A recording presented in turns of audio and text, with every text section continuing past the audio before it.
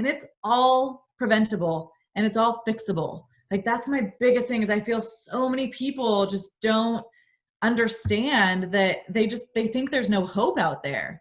But every single disease and every single sickness has had a case of spontaneous remission.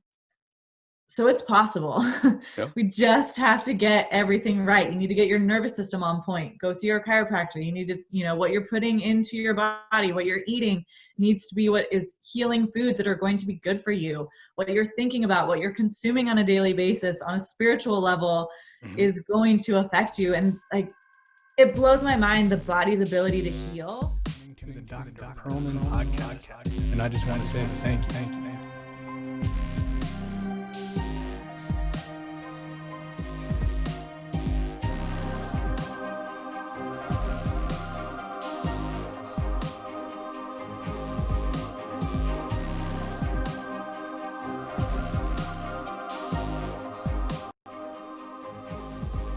I hope that this podcast provides you with some education, information, or maybe some inspiration in some way, shape, or form. But at the very least, if you get a little bit of a laugh or smile, then to be honest, I feel good about what I'm doing. Welcome back, everyone. Thank you for joining us today. This is going to be episode 5 of the Dr. Pearlman Podcast. If you are new to the material or new to the channel, please go ahead and subscribe and hit the notification button so you know every time that we release more content. Here at Dr. Pearlman TV, or the Dr. Pearlman Podcast, we are all about spreading truth and love. I want to give a quick shout out to all my good friends here, the local Plano, Richardson, Collin County, and Dallas-Fort Worth friends of ours. In particular, my very good friend Michael, whose mission is to provide clean water, nutrition, and education to the children and to the villages that end up doing things like, bagging the coffee that we consume so often. What he's doing over here with coffee, and all for the right reasons. And his mission is to extract hope. I want everyone to go to @ElevateCoffeeTrading and go ahead and find not just his products, but also see the mission for yourself and to see why you should check out this coffee if you're going to be consuming coffee. And if not at Elevate Coffee Trading, you can go to elevatecoffeetrading.com. I want to give a big shout out to Simply Organic Soaps. Sandy, before I even knew that soap could be organic, what you provided for me with a natural, organic, really with a pleasant aroma, bar of soap to take home and lather. I'm very, very impressed with the product, on top of the fact that they also have hand creams. If you want to smell good, feel good, look good, something that you're worried about is maybe some chemicals or something not good for you, look no further with Simply Organic Soap here in Dallas. Lastly, I want to say we are deeply saddened by the news yesterday, as today is September 19th. Ruth Bader Ginsburg has passed away. She was an absolute trailblazer, a pioneer, and just a woman that we should all aspire to be so brave and to push forward with our commitment to living in a better world. So rest in peace. I really want to say, remember the fallen, pray for world peace, and, let's move forward and get through this time. On a brighter note, 1895, September 18th is Chiropractic's birthday. And you'll see me make a joke with Brittney about what September 19th represents. We're going to be coming to you live in studio for our next Dr. Pearlman Podcast, episode 6. But again, if you're into chiropractic, you're into natural health and wellness and natural healing, and the body's innate ability to heal itself, then this channel is for you. If you want to hear about carnivore and keto diet and plant-based diet, the good, the bad, and the ugly, then this podcast is definitely for you. And our guest today is Dr. Brittney McGetrick. She is from Nashville, Tennessee, working at Evergreen Chiropractic. She is a Gonstead Chiropractor, which means that she is really, doing, the work, as we say, in chiropractic. And I couldn't be more happy to host her here today so we can shed some light on the differences, right? What gives carnivore versus keto? What's the difference? What's the similarities? A little bit of the good, a little bit of the bad. We're going to talk about things like frequent urination and poop. We're going to talk about things like, being dehydrated. We're going to talk about a little bit what exercise may be the best for each diet. And we're going to, break down as to why it might be the most appropriate diet when it comes to autoimmune disease and certain health conditions. Dr. Brittney is from San Diego State University, where she got her nutrition and health science education, her bachelor's degree, and to complete her dietetic internship at the UCSD Medical Center. She later on decided that that setting was not for her, as she talks about in the beginning part of this podcast, and her experience with chiropractic after a knee injury that led her down that road. And then she went to the University of California Health Sciences, which was formerly the Cleveland Chiropractic College in California, where she then embarked on her journey to become a Gonstead practitioner, much like what I do here, actually probably exactly like what I do here, and is now the carnivore chiro or carnivore coach, as she preaches people how to eat the most ancestral appropriate diet, talking to them about how they can thrive. And follow all her amazing content on Instagram at Brittney McGetrick, and I'll leave all the descriptions in the link below. I'm going to have anything that we referred to for research in the description below. We'll have anything that talks about Michael's Elevate Coffee Trading or Simply Organic Soaps in the description below. If you'd like to contact us here at Dr. Pearlman TV and talk about sustainable keto and see how we can help you and talk about how chiropractic will help you and your loved ones, then please feel free to reach out. All of our information is on the description below. And with no further continuing of my rambling, here's me and Dr. Brittney McGetrick. Keto Carnivore, what gives? Everybody who's joining us, thanks again. If you listened to the introduction just moments before this, you'll know that today we are joined by Dr. Brittney McGetrick from Evergreen Chiropractic in Nashville, Tennessee. And just like me, she is a Gonstead doctor. So without her really even knowing, I think of her as a sister. And only in the last week have I gotten to know her a little bit better and chatted her up a few times. And one of the reasons that, of course, I wanted to host her is because we know how I had my life changed by a ketogenic diet, and I am an evangelist of sorts of keto. And Dr. Brittney here may feel the same way about the carnivore diet. So we have her on the show today. I'm excited for everyone to get to know her and hear her story, but also talk a little bit about the keto versus carnivore. What gives? What are the differences? What are the similarities? So, Dr. Brittney, how are you doing today? Good. I'm excited to be here. We're excited to have you. And I wanted to just start off. So I gave you pretty much the introduction that would be the equivalent on your website where it says about us. And I'd like for you to tell your story because I think it's fascinating. Not just that you're into carnivore, but people have to know that you have a background in traditional dietary, teaching and education. You've worked in the hospital settings, if I'm not mistaken. And then, of course, to make that 180 switch and head down the road to what is perceived as alternative medicine, to chiropractic, and in particular to practice Gonstead, what I believe to be the gold standard of what we do in the industry. So tell us, how did you end up being a Gonstead doctor, finding yourself in Nashville, doing what you do? Yeah. I mean, if you had told me this like 5 to 7 years ago that I'd be here, I probably wouldn't have believed you. So I started when I first went to undergrad. When I was going to college, I was into nutrition. So I went and became a registered dietitian. So I went that whole route.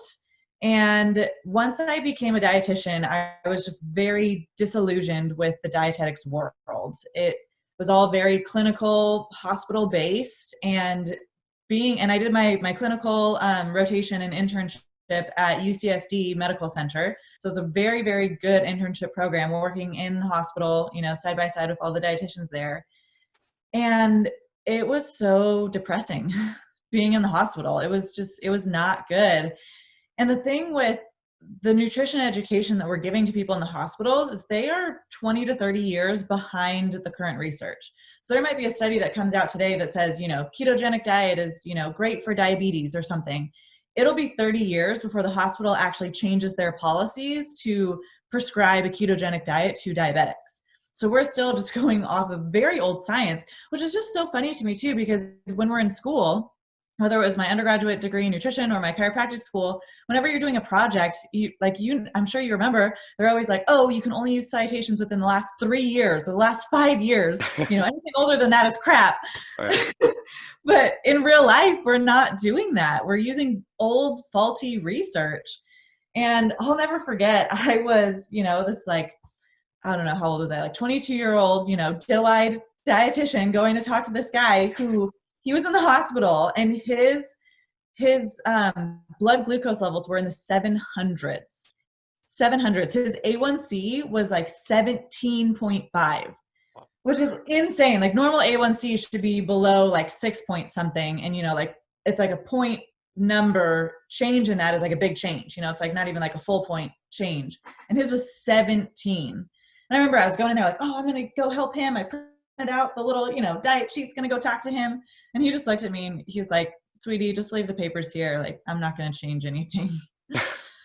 And I was like, oh my gosh, like trying to help people. And it was so disheartening.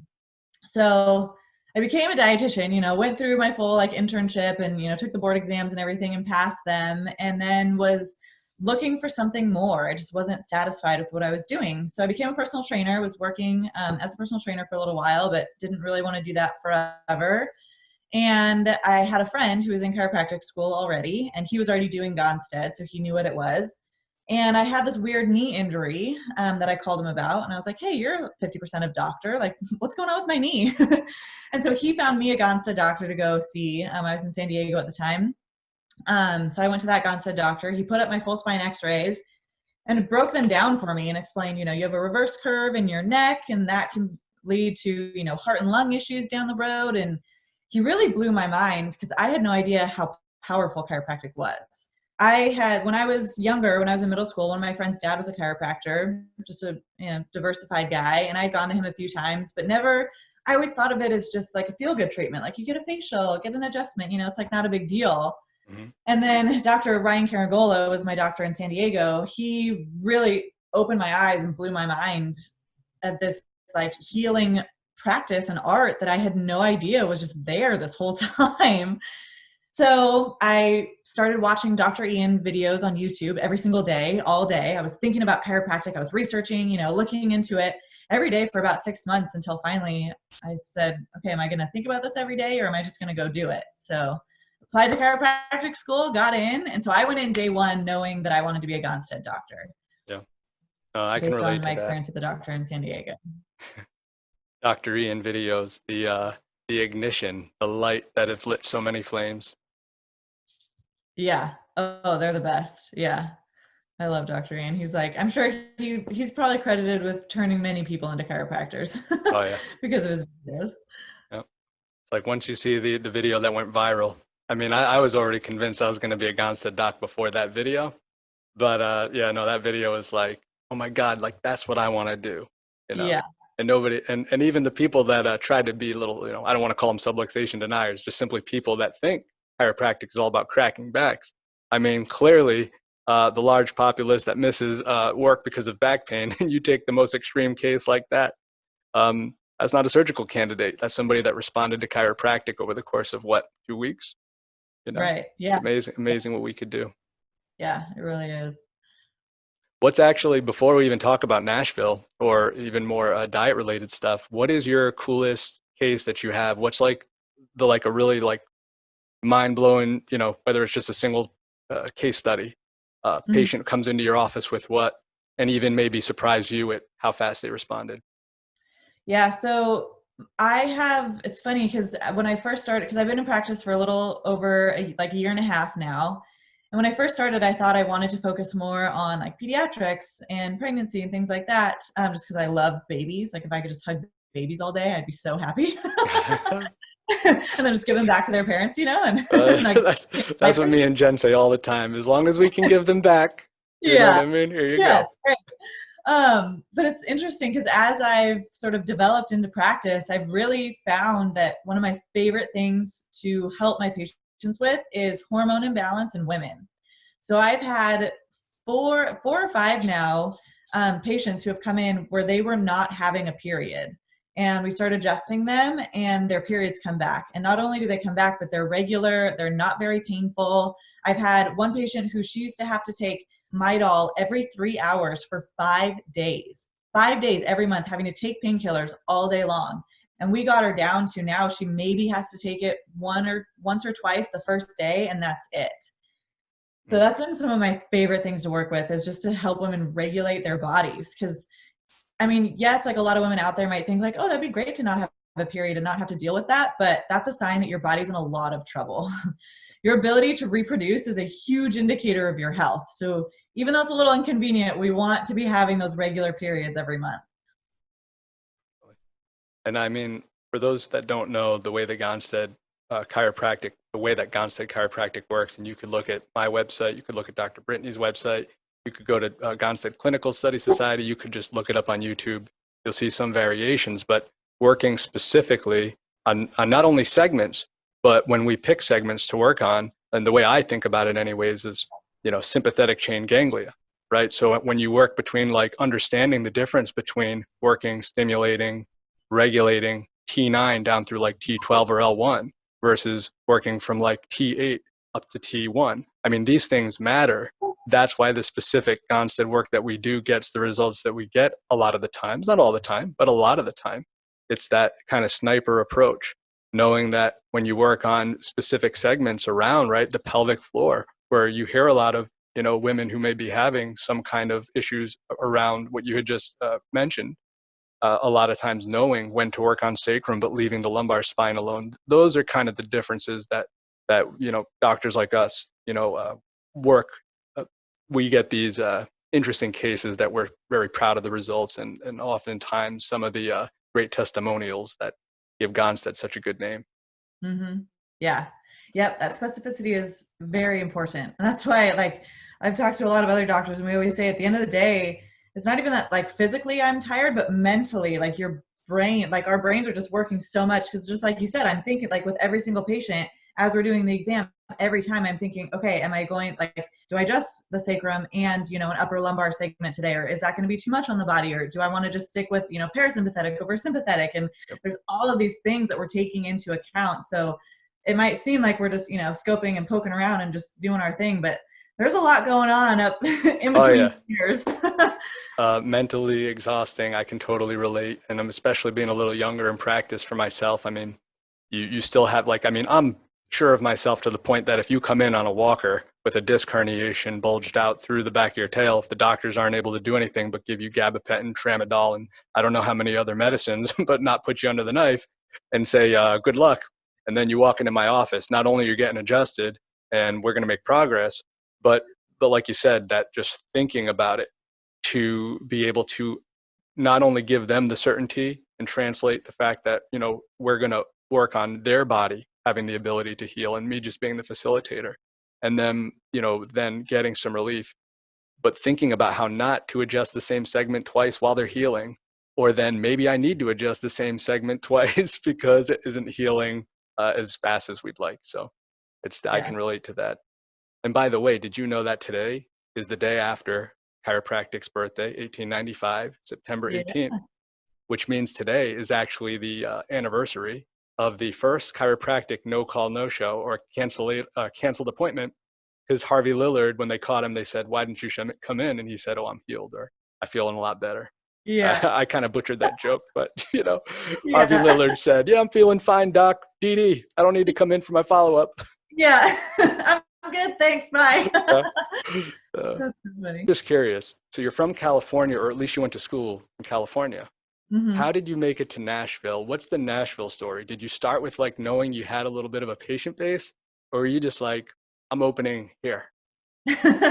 Yeah, the Nashville story is a little crazy. Yeah, it's interesting. So I'm for the most part, from California. I've lived a lot of places in my life, but for the most of my life, I've lived in California. So I was in San Diego for a number of years, and then I lived in LA for chiropractic school. I went to LACC, and sort of nearing the end of chiropractic school, I was just sort of realizing it was time to get out of California. It was just getting very expensive, very crowded. The medical freedom laws are not great there. So it was just a matter of kind of figuring out where to go. So I had a couple friends who raved about Nashville, and it's funny because I was like, Nashville, whatever, what's there? But we came out for a visit, and literally, I mean, by the end of the first day, I was like, yeah, this is my place. Like, I feel it, I did not know one person who lived here at all. And so those two friends, originally the plan was that all of us were going to move out here together. And then after that trip, just, some things happened. They decided not to come out. And I was like, look, I can't stay one more day living in Los Angeles. I gotta go. So I just decided to take the leap. So I moved out to Nashville, did not know one person who lived here at all. Yeah. And I was going to come out here and just start, very low overhead, maybe just rent a room from someone or like in the back of a gym or something, like super low key. And then as I got out here and I was talking to people and explaining what I do, like, yeah, I'm a Gonstead doctor. It means I take x-rays, blah, blah, blah. I was just feeling like, okay, I can't rent a room from a non-chiropractor because they're not going to have an x-ray machine. And I can't not take an x-rays after I'm telling you how important an x-ray is. And I mean, us Gonsteaders tend to be kind of, the black sheep of in chiropractic. I didn't want to go in with another chiropractor and have them. I also really don't like people telling me what to do. So I was done with dealing with my clinicians and, all that stuff. So I was just feeling the pull to just do it on my own. So I was like, well, here we go. So I just bit the bullet and opened up my own practice. So it was pretty crazy. I mean, opening up, especially a business that is typically very referral based, it's like you want to have a good network of people. But and you're the new kid in town. What? And you're the new kid in town. Yeah, exactly. Yeah. So I came out here, didn't know one soul that lived in the whole city, but just opened up my own practice and dove straight in. Fantastic. I mean, and super inspiring for people too, because as a society, right? I mean, like by nature, a lot of us are scared of change. Change is scary. To be in a new place, you're by yourself. Most people don't have the chutzpah to do that, and you pulled it off. Yeah, it's funny because for myself, so like when I was 18, I went to Boston for college. Like I've moved around a few times in my life. I've never really been scared to start a new adventure. But it's so funny to me how many people who I tell this story to and they're like, oh my gosh, you're so brave. And for me, I'm just like, well, I don't know. It just was the next right step. This is just what I do. That's awesome. I mean, and just recently I talked about, anything worth doing takes time. And also I think a few podcasts ago, or not even podcasts, I think me and my wife might've made a video in office and just sort of mentioned how, change is scary. And, you just gotta let it go if it feels right, don't hold back. And obviously, you come into Nashville not knowing anybody, being the black sheep of chiropractic industry, extra steps. You want to go see a Gonstead doctor, there's a few extra steps we do. Sometimes the initial costs are a little bit more money. Yeah. But, it's that special kind of care. Yeah. Yep, definitely. It's worth it. Right. So moving on to how did you become, now, can I say the carnivore coach? Are you like the carnivore chiro? Or are you like, how did you become this carnivore evangelist of sorts? Because I am a keto evangelist. I make there's no doubt about it. There's nothing, I can't sugarcoat it. I know that the keto diet's not for everyone, but at the same time, there are moments, unless you have some kind of a genetic disposition to where you cannot digest fats, I think that maybe the ketogenic diet is for everyone. So how did you go down that road? How did you become who you are now? Yeah. Well, I accept both of those titles, the carnivore coach or the carnivore chiro. You can just call me that. Yeah. I mean, I agree with you too, that I've run the full gamut. So let me kind of start my story from the beginning. I was vegan for a short period of time. So I read a book that talked about, like the meat packing industry and all the nastiness that goes on with that. And I was like, oh my gosh, it just totally grossed me out. So I became vegan for a little while, but then I really loved ice cream and cheese. So I started, eating dairy again, and I was vegetarian, but I've been vegetarian for about 6 years. So I've really run the full spectrum of all of it. So I was vegetarian, the whole time I was in becoming a registered dietitian and my undergraduate degree and all of that. And it's interesting because, again, with the dietetics education, we're really taught that you can just do everything in moderation, or, like all these diets are fine and just like choose what works for you. And I'm with you. I don't like, there's a degree of individuality that some people can have in their diets, but for them, like we're all the human species, right? Like a tiger in Africa and a tiger in India, they eat the same thing because they're tigers. So if we're all humans, it makes sense that there's probably one sort of main diet that works for all of us. And I think where we have variation is based on the toxic load that you've been exposed to throughout your life. So there may be things that you tolerate better than other people, but it doesn't necessarily mean that at the end of the day, the baseline diet that's correct for all of us is kind of the same.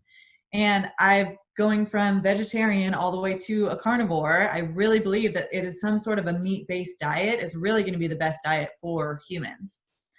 So I was vegetarian for 6 years. And then it was when I was in chiropractic school, I was having a lot of trouble with my wrists. So my wrists were constantly inflamed, and I was a yoga teacher at the time as well. So I couldn't do yoga. I couldn't put any pressure on my hands. It was terrible. And I would get them adjusted and it would kind of help, but not really. They weren't doing great. And so we were shadowing a Gonstead doctor, and he had this theory that chronic wrist problems or subluxations were due to a zinc deficiency in the diet. And I was like, that's ridiculous. Why would it only affect your wrists? Like, what? Like, that doesn't even make any sense. So I just wrote it off and was like, you're crazy, whatever, this wacky chiropractor talking to me about nutrition, Didn't think anything of it. And then a few months later, we were shadowing him again, and that conversation came up. And again, my wrists were really bad. And so I was like, well, okay, it doesn't make sense to me, but I'll try anything at this point.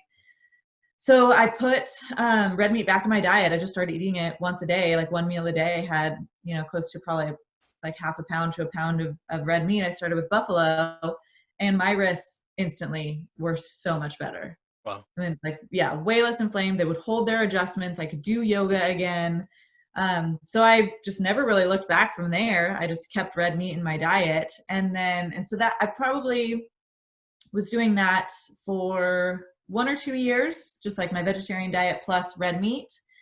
And then it was January of 2018 that I went carnivore. So I heard Dr. Sean Baker on Joe Rogan's podcast, where like a lot of this has blown up since then.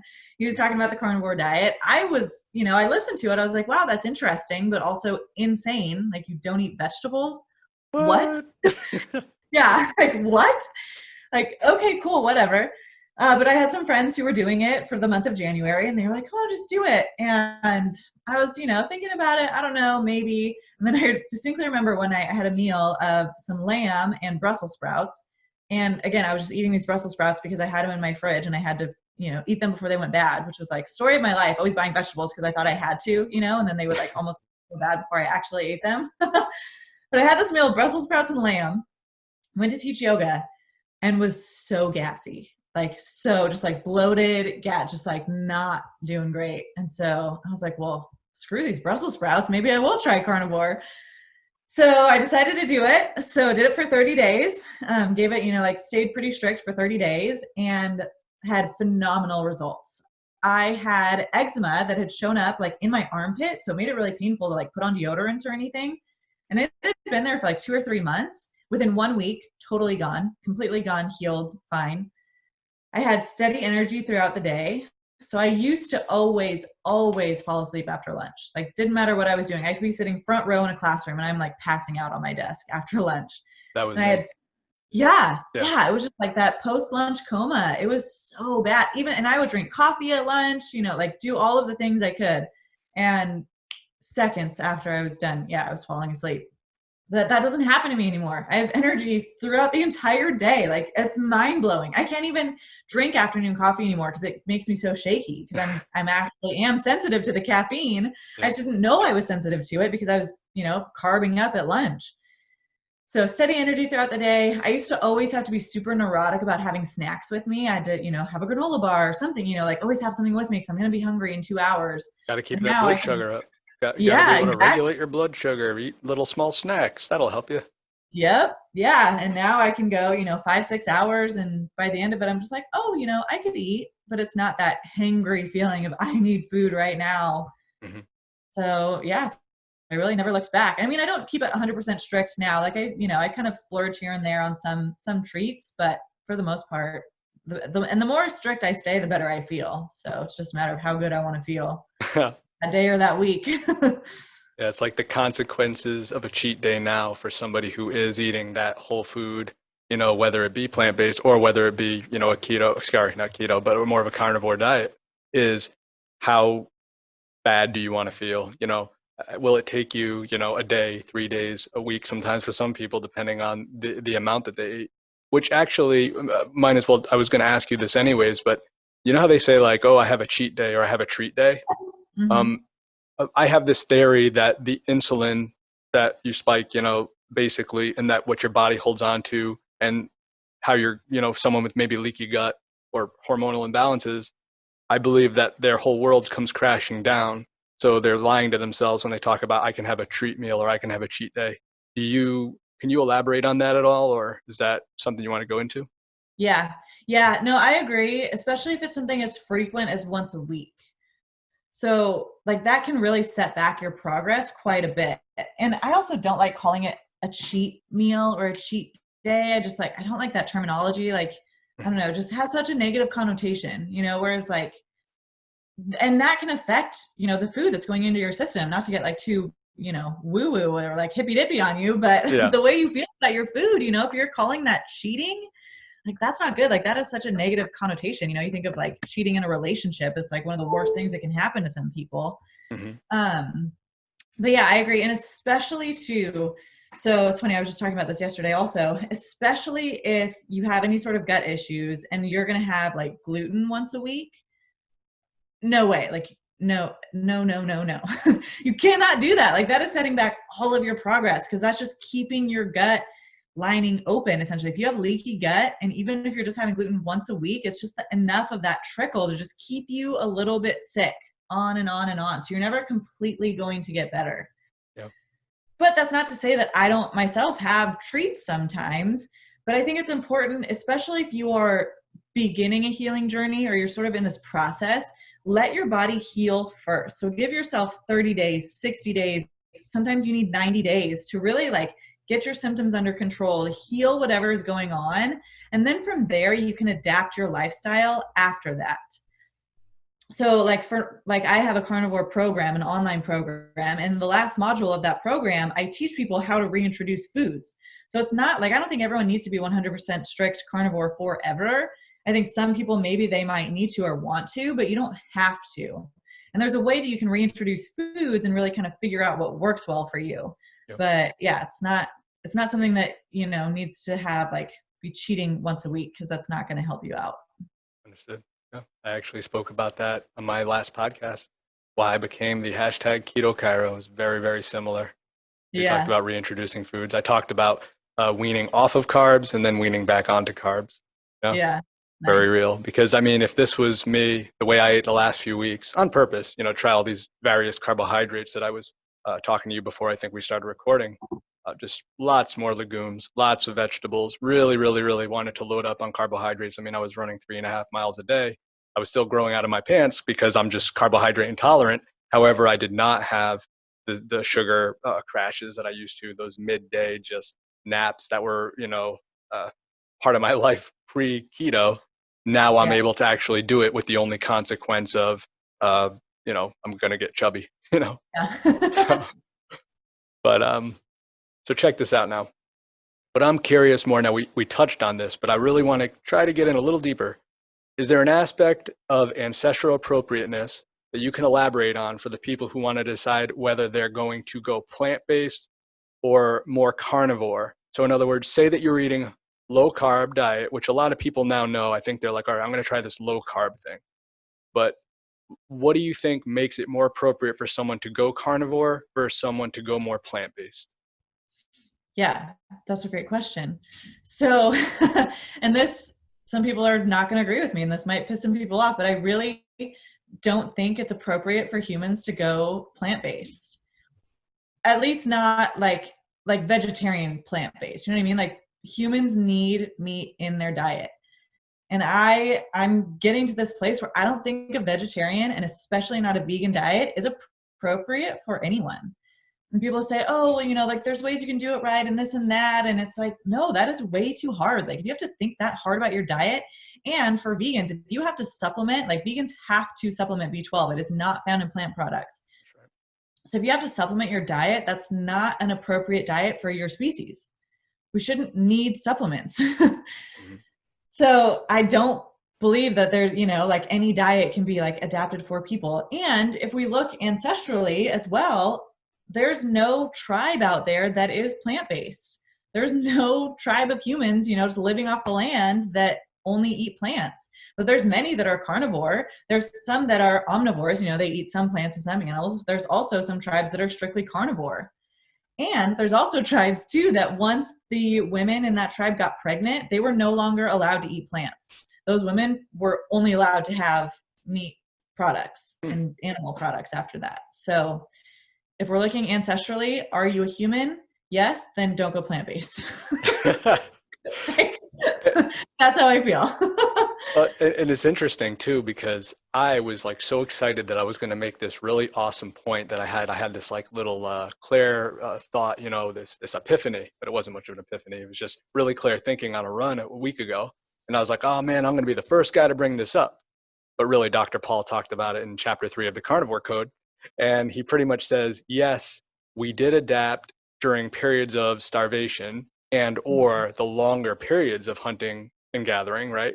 Where we would be then experimenting just to stay alive on any available plants. However, I'm sure a lot of people died while eating these because of the toxic effect, right? The plants are alive. They don't want to be eaten. And that's sort of what I gained mainly from the early part of this book, which I have not finished yet. But I was thinking about, there's your adaptation where you could maybe make the case that we have adapted it's on some level to be able to tolerate plants during periods of starvation. Because the bottom line is we can go, 3 weeks-ish with only water? And, you know, these guys were already probably living in nutritional ketosis for long periods of time, not eating quite as much meat as we have available to us now. So I said, they must have eaten some legumes. They must have eaten nuts. They must have been eating plants and trees and grass on some level. However, it wasn't like it was their first, option. They probably went with a lot of GI distress, but somehow, stayed alive. So I thought that was going to be my say, well, maybe there's some, they started eating these, we were eating plants as hunter-gatherers, but the reality is not until industrial farming really came along where they weren't potentially going to kill us is when we started eating a lot of it. And then lo and behold, over time, we became a much sicker society. Mm-hmm. Because, and if somebody ever, of course, now me and you are going to agree on this 100%, next thing I'm going to say, if somebody ever said, well, look at the lifespan of the hunter-gatherers, they lived on an average like 50 years or something, I'd say, or, if that, I'd say I'd rather live 50 healthy, amazing, flourishing years than 110, spending the last 40 something of them on every drug under the Tuscan sun, needing to go in and out of the hospital for, some drips of vancomycin, Yeah. I'll take that hunter-gatherer lifestyle. Right. Says definitely. The guy that's sitting on his leather couch in 2020, Yeah. True. Yeah. And I've also seen some reports coming out too, that they actually lived longer than we thought they did. So they weren't, and here's the thing is they're like, a lot of them too, they were dying young because they were, in the elements or getting like eaten by bears or something. You know what I mean? Yeah. Like, it's like, I'm going to eat that bear. And yeah. no, I'm not. Yeah. Like they weren't dying of heart attacks at the age of 50, that would be different. Yep. Yeah. But yeah, I mean, plants were survival food. It was, if you didn't make the kill, then like, I guess to just like get some calories in. And all of the plants that we have and the vegetables and fruits, everything in the grocery store today were not the same as they were all those, hundreds of years ago. So we've cultivated and we've, basically all the plants today are essentially like GMOs because we've just modified them, maybe not in a lab. You can do it naturally, but it's still modified from what it was meant to be. Yeah. Now, one of the other things that I think is super important, and this is what I'm about to touch on, I think is what maybe some of our subscribers, listeners, people that we do influence, and hopefully have, reap the benefits of hearing something like a keto diet or carnivore diet and some of the workout regimens or experienced chiropractic. Who cares? All of them. What they really want to know, and I'm most curious about this, is when it comes to things like fuel partitioning or metabolism, whether you're in ketosis, I don't want to say in ketosis, but if I eat like a high-fat, animal-based keto diet versus strictly carnivore, how am I what's my metabolism going to be like? You know what I mean? Like, what's that going to look like in terms of ketone production? Is it harder to be in nutritional ketosis if I'm eating mostly what is perceived as protein? We know that all protein has animal fat. I mean, that's one thing that people should understand out there. If you eat filet, you're still getting animal fat, everyone. Good for you. It's okay. You eat ribeye, you're just getting more fat, Yeah. So that's my question. What does that look like for fuel partitioning? What does that look like for someone who's like, oh, I want to be in ketosis, whether you're eating more high fat versus more animal protein? Yeah, well, and that's a good question because a lot of people ask about that because a lot of people come to carnivore from keto. And a lot of people in the keto world, are saying don't go too high protein because, it'll kick you out of ketosis and all of that stuff. For myself, so I really don't like having to like track my food all the time, or I wouldn't want to like measure my blood ketones or like see, like, it's just too much work in my opinion for something that should just be simple and easy. It's just, it's your food. Like it shouldn't be a job. So I really take the intuitive approach with it. So I've never measured my blood ketones. I don't really track my macros or like how much protein versus how much fat I'm getting or anything like that. But I just base it on how I feel. And that's what I like to teach people to do it with this as well. So if you're eating, a high protein carnivore diet and you're not necessarily in ketosis according to your blood ketones, but you feel great, your brain fog is gone, you have energy all day, you can, do all the things you want to do, then who cares if your blood ketones, are not at a certain level. So that's really the approach I like to take. And that's what I really love about the carnivore diet is that people can actually eat intuitively. Because there's a big camp out there of, dietitians and people who are all about intuitive eating. And they think that means like food freedom and detaching judgment from your food and all of these things, which yes, I think that is important and that's great. But there's food scientists today that their job is to make this food addictive and highly palatable. And that's why you can't sit down and just eat one potato chip. You're going to eat the whole bag. So there's these systems that are put in place to override our natural ability to eat intuitively. So it's like, no, you're not going to be able to sit down and eat cupcakes intuitively. Like that's just not going to happen. But with carnivore, you really can trust your body's signals because everything you're putting in your mouth is good for you. So you can actually trust, are you still hungry? Then eat more, are you full? Then that's fine. Like save the rest for later. So for myself, and for people who I coach through carnivore and everything, I don't necessarily pay attention to if they're in ketosis or, if they're getting too much protein or things like that. I do tell a lot of people to prioritize getting animal fats because a lot of people will make that mistake where they're not eating enough fat just because we've been told for so many years that it's bad for us. Mm-hmm. So I just tell them, and just do that by eating fattier cuts of ground beef, eat a ribeye steak over, a leaner cut of steak and eat all the fat off of it. And if you feel good, then you're doing okay. Do you think that something like a macadamia nut, right, that's mostly just fat, or even tablespoons of coconut oil and with your favorite almond butter is more satiating than whatever appropriate grams may be of ribeye? Or do you think somebody who has more of that fatty meat is going to be more satiated than eating those macadamia nuts and that really high fat content? Yeah, that's a good question. I mean, just off the bat, I would want to say that you're more satiated with the ribeye, with the meat. But I don't know. I guess that might just kind of depend on the person. But I'm always a fan of going for animal foods over plant foods. So,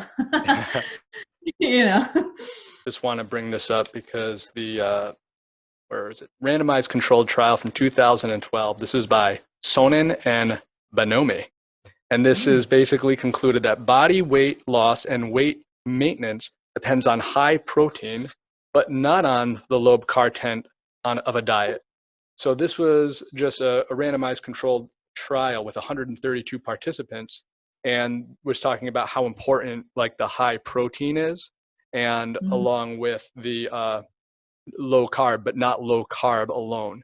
So I thought that was a cool study to kind of back up, making sure that we get adequate amounts of protein because inevitably we want not necessarily like weight loss isn't the goal. I think that's one of the biggest, how should we say, fallacies in all of healthcare. Weight loss shouldn't be the goal. I mean, it's easy to look at somebody who's 400 pounds and say, hey, you got to lose weight. And then someone else who's 20 pounds overweight, hey, you got to lose weight. I think we should just need to start spreading the word. It's like, hey, look, you want to be lean. You want to lose fat. You want to have as much lean mass as possible because then you have the type of cells that are going to protect you. Your immune system, your immune function is appropriate. Here it is. And I'll check this out. So the leaner you are, okay, according to the 2008 study from the Periodontology. I know they're teeth experts, but they have this awesome article that talks about the role of inflammatory cytokines in diabetes and its complications. And when they talked about T cell abnormalities are believed to be the major cause of autoimmune disease in type 1 diabetes. And in type 2 diabetes, inflamed and activation of monocytes are postulated to be important for enhancing insulin resistance and may contribute to the loss of insulin secretion by islet cells of the pancreas. And this is just one study, but I mean, there's multiple, and I actually have them attached to the link in the Dr. Pearlman Podcast episode 2, where I talk about wear and tear, the myth of wear and tear, how it's more like tendonitis type injuries, and how you can't chalk up just weight loading joints, being called like arthritic joints. There's more to it than that. And not to get too off topic, but I just wanted to show how if you look at studies like this, it kind of solidifies the fact that we want to, whether we know it or not, we want to be lean. We want to be healthy. We want to be able to move like our hunter-gatherer ancestors did. And the bigger you are, you have these, pro-inflammatory and autoimmune aggressively attacking your own body cells that aren't going to do anybody any good. So when it comes to keto, we know that there's like more of a emphasis on eating vegetables and plants. And then when you go towards that like carnivore, right, diet, when we're cutting out all the plants. I read this article, a guy named Kevin Stock, it was a 2018 article where he talked about the colon working differently. So a lot of people, when they transition, they get diarrhea at first. Right. Yeah, some people get constipated, but... So, okay, wait, can you then explain that or elaborate on that a little bit? Because people are concerned about this. Yeah. So when you first transition to carnivore, it's very, very common to have diarrhea in the beginning. And basically that's just your body getting used to the higher fat content of your diet. So it just takes a little while for your gallbladder to catch up to digesting all this fat that you previously weren't eating. So typically if by like 2 weeks in, it goes away and then you poop very normally, but you will poop way less than you were used to before. Because when you're eating meat, your body absorbs so much of it. There's very, very little waste products left at the end of digestion. So, it's very common for carnivores to just poop like once a day and that is it. So people who, if they were coming from a plant heavy or a fiber heavy diet and they were used to pooping multiple times a day, just because you're pooping less doesn't mean you're constipated. If you're not feeling backed up, then you're fine. It's just that your body's absorbing everything that you're consuming. And is there a way to kind of combat this by maybe weaning in slow? I mean, you might be hungrier in the beginning, but is that logical for me to say? Yeah, you could do that. Yeah, go like a little lighter fat in the beginning and then kind of ease into it. Are there any hacks that you recommend to your patients? For the diarrhea part? Yeah. Not really. It's just, I mostly just tell them just get through it. It's just, you just got to bite the bullet and do it. Yeah. Weather the storm. Yeah. Yeah. The only thing would just be to ease into the fat content of what you're eating. Now, in your opinion or experience, is the keto diet or the carnivore diet more expensive?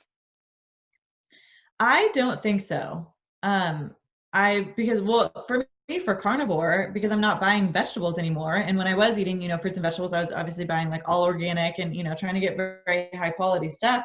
So now that I'm not buying those, I spend about the same amount on food.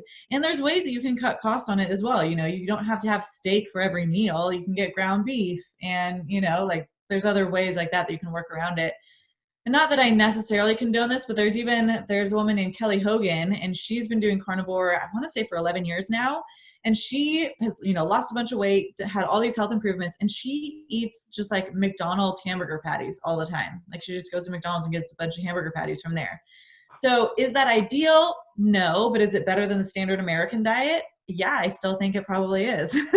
And that's crazy. You just answered my second part of that question was, is it the same benefit if you're not eating like grass-fed, grass-finished, and like organic meats? Yeah. How do you feel about, so you clearly, that really, I don't have to kind of ask, would you recommend that someone's eating oatmeal and kashi cereal, or it's okay to be eating hamburger meat from McDonald's and hot dogs? Yeah. So I like obviously in a perfect world, we would all be doing, you know, grass-fed, grass-finished from a regenerative farm. You know, that's better for the environment as well. Like grass-fed farms sequester more carbon from the air. So it's really, really good for the environment. Like, yes, that's all ideal. We want to be moving towards that. But I get it. Like we all, you know, are living on a budget here sometimes too. So you just have to be real with like what's going to be best for you. But yeah, I think if you had the choice between oatmeal for breakfast every day or going to McDonald's and buying just plain hamburger patties, like the McDonald's hamburger patties are going to be better off for you. It's still going to be more nutrient dense than this, you know, carby, empty oatmeal. So that's where, you know, you just have to give and take with what is best for you and your lifestyle. And, you know, like eventually you can work up to a point where one day, yes, you can, you know, live next to a farm and you're buying a full cow from the farmer, you know, whatever it is. And here's the thing too, is beef liver is very, very inexpensive. And beef liver is like the most nutrient dense thing you could ever eat. So like for me, I don't really like liver. I'll be honest. I've tried to eat it, you know, a number of ways, but I just can't really stomach it. So I get mine from Ancestral Supplements. So it's like, I don't know, $50 for a bottle of liver capsules. And that will last you like anywhere from 1 to 2 months. Or you can just go to the grocery store and buy a whole beef liver for like $3 or something, you know, like that's way less expensive. So there's other ways that you can, you know, don't buy the Ancestral Supplements and buy like the actual beef liver. It's going to be way less expensive for you. You just have to figure out how to make it palatable. And what micronutrients should we be aware of that are in that? I know vitamin A heavy. What else are we getting from that? Yeah, I mean, it has tons of micronutrients. Actually, here, I have them all listed on here. Let me pull this up here because I don't always have them right offhand. Yeah, so it's vitamin A is a huge one that's in there. It even has a little bit of vitamin C in it as well. Yeah, you have folate, vitamin D, like a bunch of B vitamins in there. I really love it too. So beef liver essentially is like a multivitamin for you that also provides all of the nutrients that birth control depletes. So any women who are currently on birth control or who have ever been on birth control, I tell them like, get liver in your diet. It's going to be the best way to replenish your body of all of the B vitamins and everything that birth control is flushing out of your system. Well, that's a golden nugget right there. Yeah. Oh yeah. It's so important. But yeah, it has a ton of minerals as well. It has magnesium, selenium, potassium, zinc. It's one of the best sources of copper that you can get in your diet. So that's what all I take. The only supplements, quote unquote supplements, that I recommend people take are just beef organs. Okay. Yeah. And that so let's see here. Oh, when it comes to Cyrus, I'm going to butcher his last name, so I'm not going to say it. And Robbie, the guy that's like that, fruitarian, and these guys are like mastering diabetes. And don't get me wrong, what PhD, especially Cyrus. I mean, these guys, I mean, they drop in knowledge bombs. They look at the research, which, by the way, I just found this out the other day too. Over 100,000 papers a year published alone on obesity. When you talk about filtering out, you know, evidence-based, you know, research articles and looking for the, you know, the top quality, you know, research as to stay ahead. I mean, people like us are trying to filter through, you know, 100,000+ a year articles. Yeah. So, I mean, what are your thoughts on someone who says, I eat an 80% carbohydrate rich, obviously high fiber, low glycemic, but I mean, how do you control diabetes doing that? It's like, it doesn't make any sense, but I'm trying to make sense of it. What are your thoughts on that? Yeah, it's interesting. And that's the funny part about nutrition science too, is, I mean, there's a ton of people there's a bunch of people out there who think, you know, veganism saved their life. And, you know, like that's the best thing they could ever do. But I think there's also just a degree of, well, I would also be curious to see how many people they've had on that diet for long-term, 20, 30, 40 years, you know, being like fruitarian. Because here's the thing, if you take someone from a standard American diet and you just start putting them on more whole foods and you take the grains out of their diet and take the processed foods out of their diet, they're going to improve no matter what you do, even if it's fruitarian. Like they're most likely going to get better. I also would be curious to know if with that fruitarian mostly lifestyle, if it all is whole foods for the most part and not the processed foods, and especially not vegetable oils. So there's a lot of new research coming out now that's saying like, yeah, we know carbs are like not the greatest source of, you know, fuel and all this stuff, and carbs can, you know, fuel diabetes and things like that, but maybe it's also the vegetable oils. And so if that is the case, if it is more so the vegetable oils, if we're taking those completely out of the diet, then yes, maybe like the diabetics are able to thrive on this, sort of fruitarian lifestyle because the vegetable oils are not messing with their insulin sensitivity. So, maybe they're able to handle it that way. But I also be curious just how they feel. Like, how's your digestion? Like, how's your poop? How, like, are you bloated all the time? Do you have energy? Because for me, if I was eating that much carbs, and especially from, sugar and fruits and things like that, I would be crashing all the time.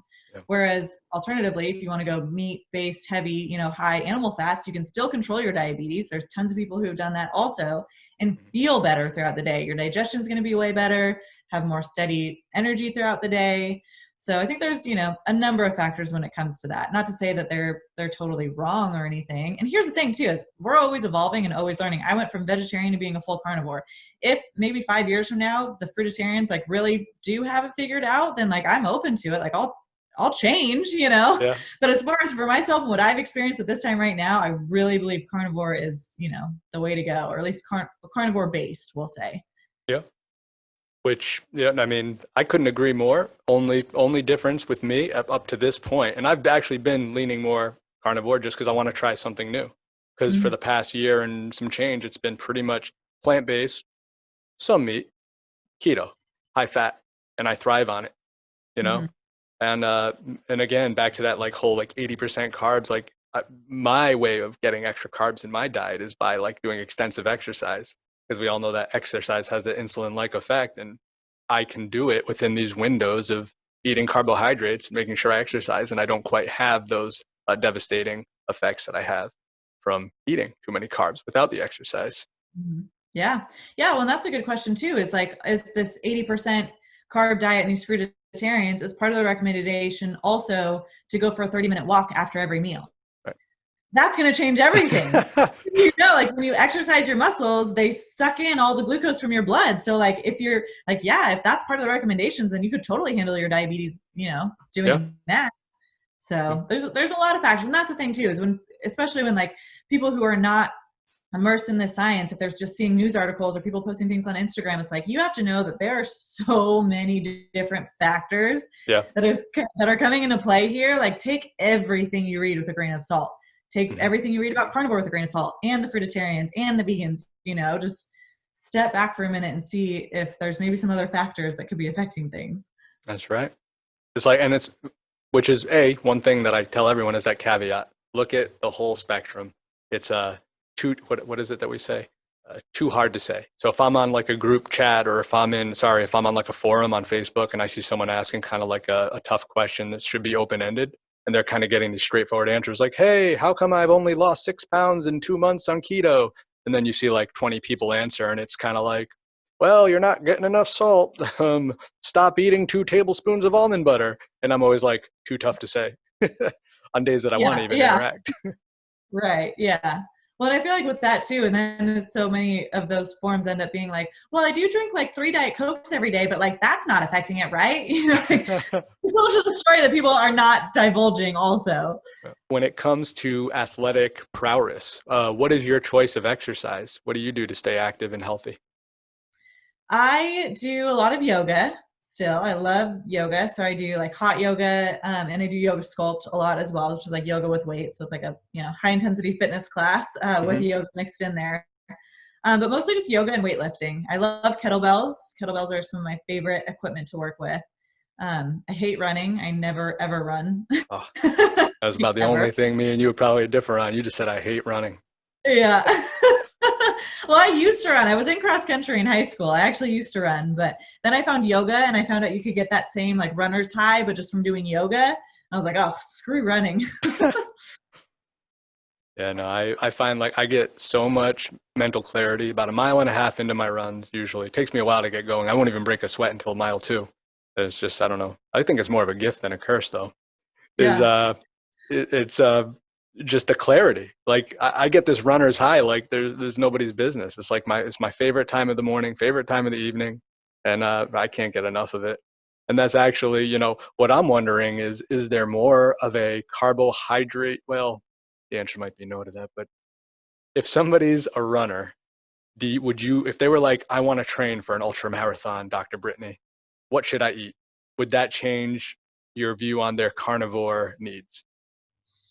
Potentially, yes. So I don't necessarily specialize in like sports nutrition, and I like to focus more on gut issues, skin issues, hormonal health, things like that. So for that, honestly, if someone wanted me to like coach them through that, I would probably just refer them to someone who does more sports medicine type stuff. Yeah. But I do know that there are big athletic performers who are on a carnivore diet. So yes, it is possible based on what I've seen from other people. But at the same time, if they're training for an ultra marathon, like then maybe it is more appropriate to have, a carnivore diet plus like some sweet potatoes in there, some other like form of carbohydrates if that makes them perform better. Because that's the thing is nutrition for performance is way different than nutrition for health, right? You can see like all of the like bikini shows and the like physique competitions, and people are getting like ripped out of their mind, and they look pretty good on stage, but what they're doing is not healthy, which also just drives me crazy when I see all these people on Instagram who are like, oh, I'm coaching now, I'm an IFBB pro, it's like it's a bikini show and they're like giving nutrition advice. I'm like, no. Like you can coach other people to do that, to get up on stage and flex and, do what you did, but you are not at all qualified to counsel people on nutrition for health. Yep. Like that, those are two very, very different things. Nutrition for performance and nutrition for general health, totally different ball games. Gotcha. And I mean, that's a lot of the supplements too, that those, I'm not saying all of them, but some of the people you're just referring to, some of these coaches, they'll refer or sell supplements which have a ton of like just diuretics, which is like, all part of getting lean, all part of, weaning off of carbs or whatever. I mean, it's basically starvation with diuretics leading up to a particular show.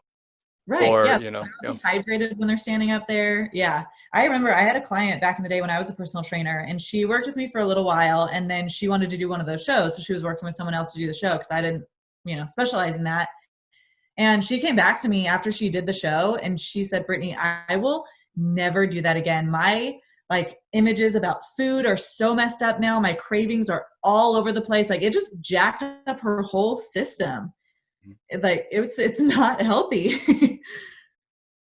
Eating for health, true health. That's right, everybody. Yeah. Dr. Brittney just told this. That's what it's all about. Don't be fooled by the airbrushed and or not airbrushed, enhanced body. God bless them.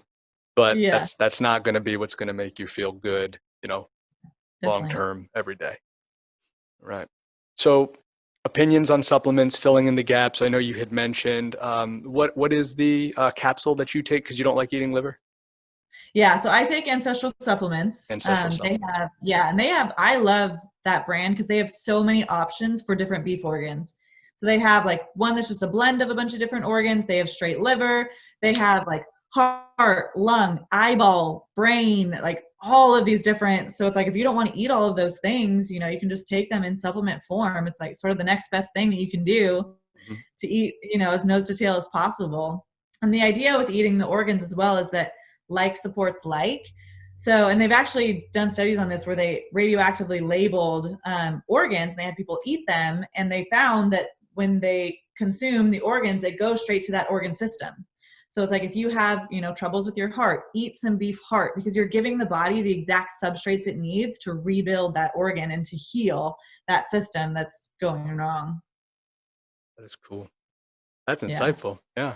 I never thought of it like that, organ to organ. Okay, and because you just talked about eating nose to tail, why don't they call it like eating brain to tail or skull to tail? Where does it come up with nose to tail? Yeah, I don't know the question. I think it just sounds good. Yeah, it does sound good. I was like, it must be a whole thing about cartilage. It must be because I get all the cartilage in our nose. That's what I was thinking.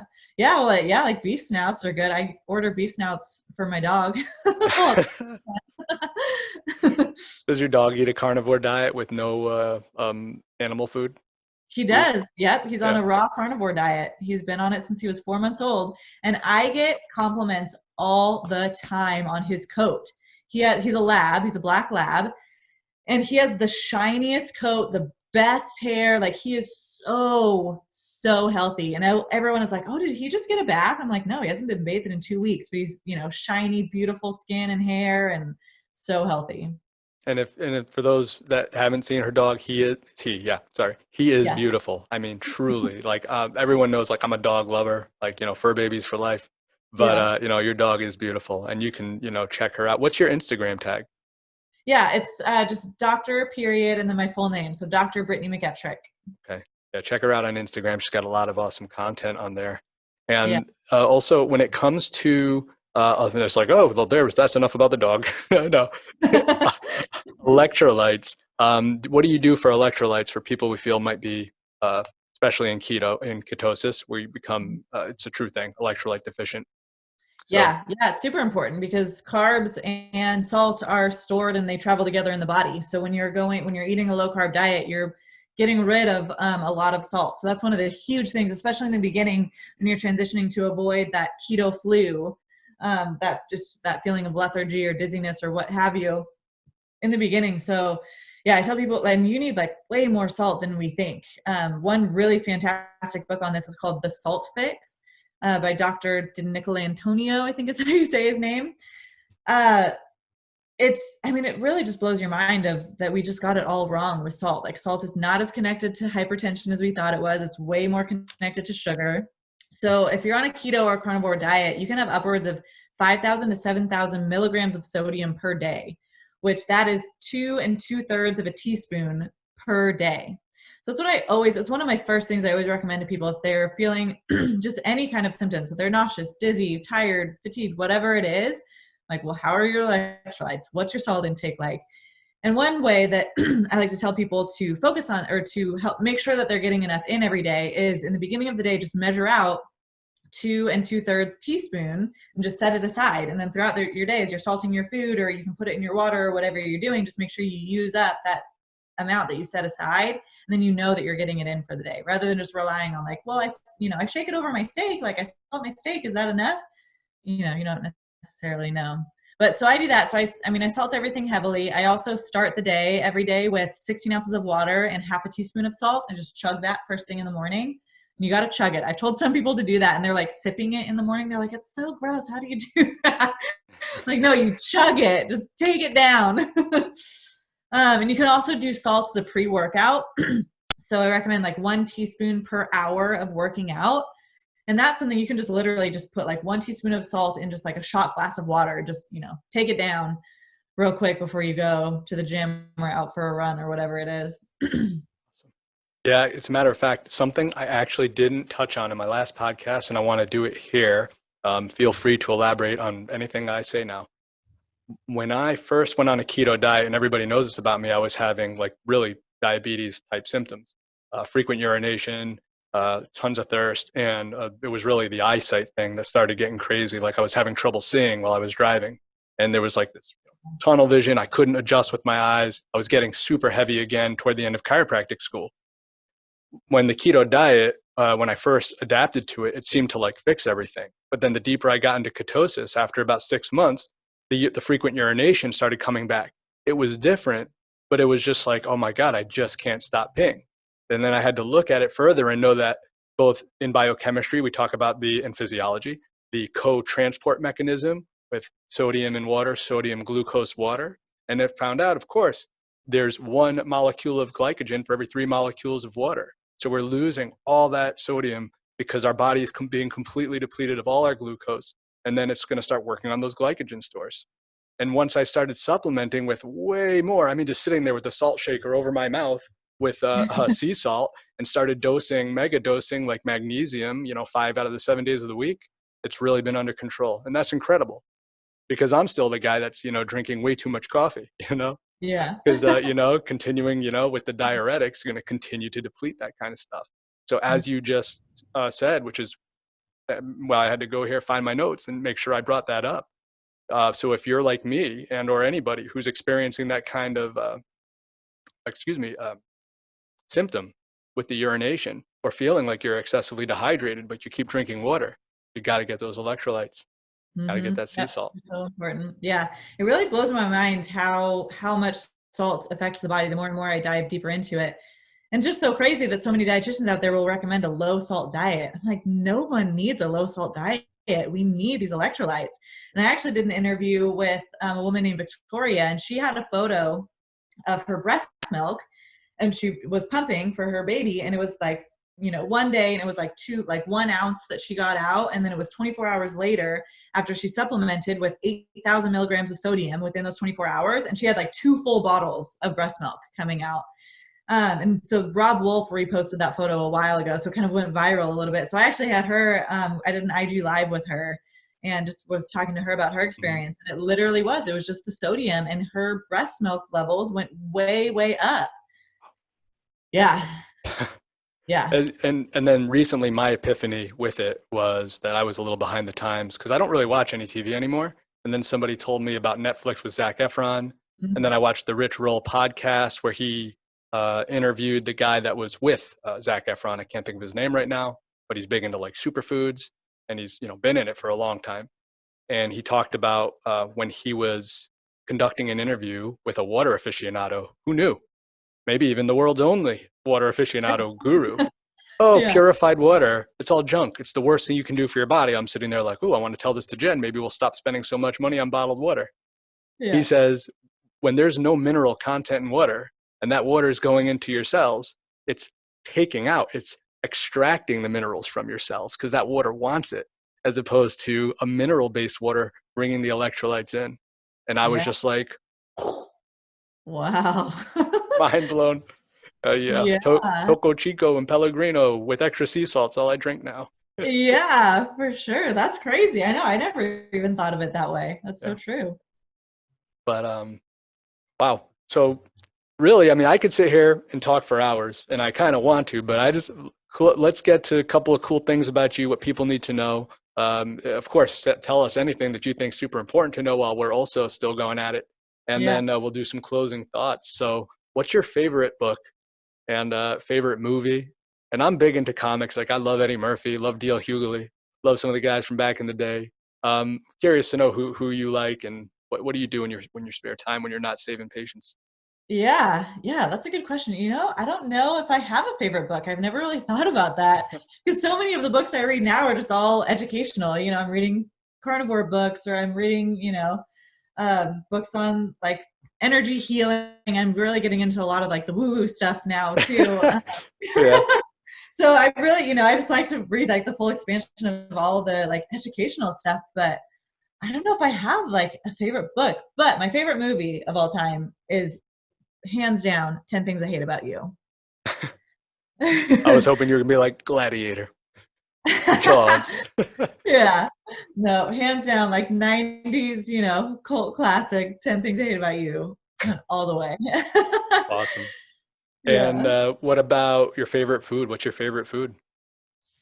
Ooh, my favorite food. Well, I mean, a ribeye steak is my favorite carnivore food.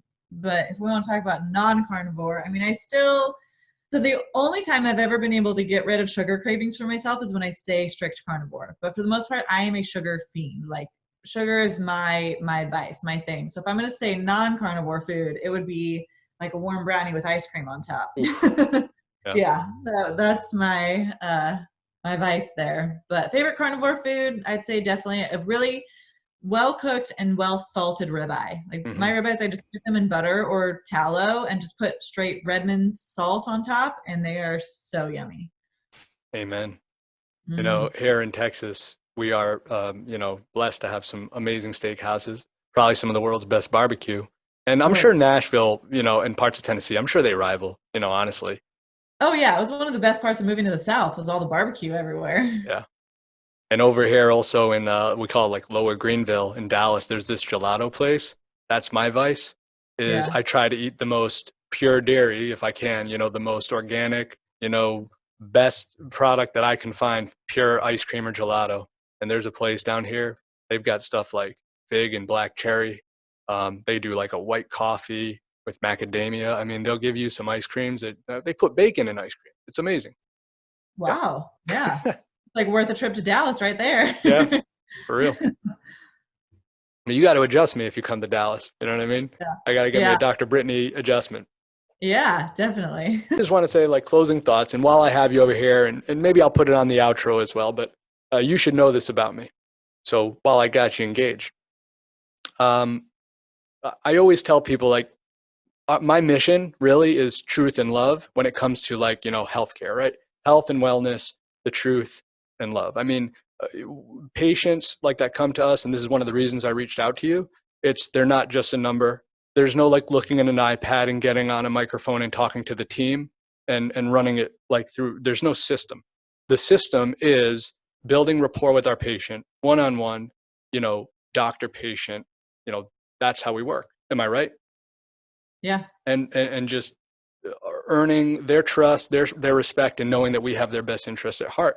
But one of the reasons I'm this just advocate, right, where I talked about being an evangelist, this preacher of sorts, is because we got to get healthy now. And here's the thing, guys, it's not because we only live once. It's because we aren't the ones that will suffer. Because if say you aren't suffering, the ones who suffer are your family, are your loved ones, are your children. They get stuck footing the bill, as I say. And it's not just a financial bill. This is an emotional burden when we watch the people we love suffer from chronic disease. And food be thy medicine, right? As Hippocrates said, it's let food be thy medicine and medicine be thy food, guys. You can change things. I mean, you've heard us talk about it now. So really, Dr. Brittney, it's been an absolute pleasure having you on this morning. Is there any final thoughts that you want to add? Anything you want to elaborate on? Yeah, well, just kind of to expand on what you were saying, I totally agree. And that's 100% my mission. Is there's so many people who I see out there who are sick and who are hurting and all of this chronic disease that's happening, and it's all preventable and it's all fixable. Like that's my biggest thing is I feel so many people just don't understand that they think there's no hope out there. But every single disease and every single sickness has had a case of spontaneous remission. So it's possible. Yep. We just have to get everything right. You need to get your nervous system on point. Go see your chiropractor. You need to, what you're putting into your body, what you're eating needs to be what is healing foods that are going to be good for you. What you're thinking about, what you're consuming on a daily basis on a spiritual level is going to affect you. And like, it blows my mind, the body's ability to heal. And then it also blows my mind how many people don't understand that. So you just said it blows my mind how people don't understand the body's ability to heal. And I was literally going to jump in and say the body's ability to adapt. Like I always wind up all my components of health to just wind down to this one thing, the body's ability to adapt. It's our bodies are incredible if we give it not only what it needs, get our nervous system checked because of the amount of tension we hold in our spines. That's why it's an easy buy. We can get up here and say, get your nervous system checked, get adjusted, go see your chiropractor. Not all chiropractors are created equal. We know it. Not all medical doctors are created equal. We know it. Not all of them are bad, but good God, what a a breath right strip to your nervous system will do for your body's ability to adapt so that everything else can fall in line. And of course, give it time. Real healing takes time. Mm-hmm. Yep, exactly. I know. I feel like and I don't know if this would sound arrogant or not, but I feel like I've figured out this way that you can live like so optimally. And it's like, all I'm trying to do is just like shout it from the rooftops, just spread this message of like, if you don't want to be in pain, like, here's what you have to do. Like it's simple. It's not necessarily easy, but it is simple. And that, and that's why I reached out to you. I knew that you were going to say something like that. I mean, when it gets out, you can hear the passion. I share the same passion, but it was like, I need to start having more and more people come on and, let's hear their story and continue to share this message. We want to shout it from the rooftop. It's true. And like you said, it's not easy. And it doesn't matter what age you are. I think we would be a little naive to not admit that there's going to be the cases. Obviously, there's always the outliers that it may be too late, or you're suffering from a pathology that it's just, yes, you need to be managed with medicine. There's just going to be a limitation to how hard you can work, if you will, to get to that optimal level of health at a certain age. But good God, for most of us, there's no real excuse. We can do it. We all can do it. Oh, not all, but yeah, I totally agree. Well, there it is. If I was to follow an outline, which I did, guys, I tried not to ramble too much. I think I did a pretty good job. Yeah. Really, Dr. Brittney, it's been an absolute pleasure again. I one of these days I'll be making it out to Nashville. Don't know when, post-pandemic. But I'd love to come see your clinic. Yeah. And meet you in person. Yeah, that'd be great. Right. So thanks again for your time, and enjoy the rest of your weekend. Yeah, thanks. All right, until next time.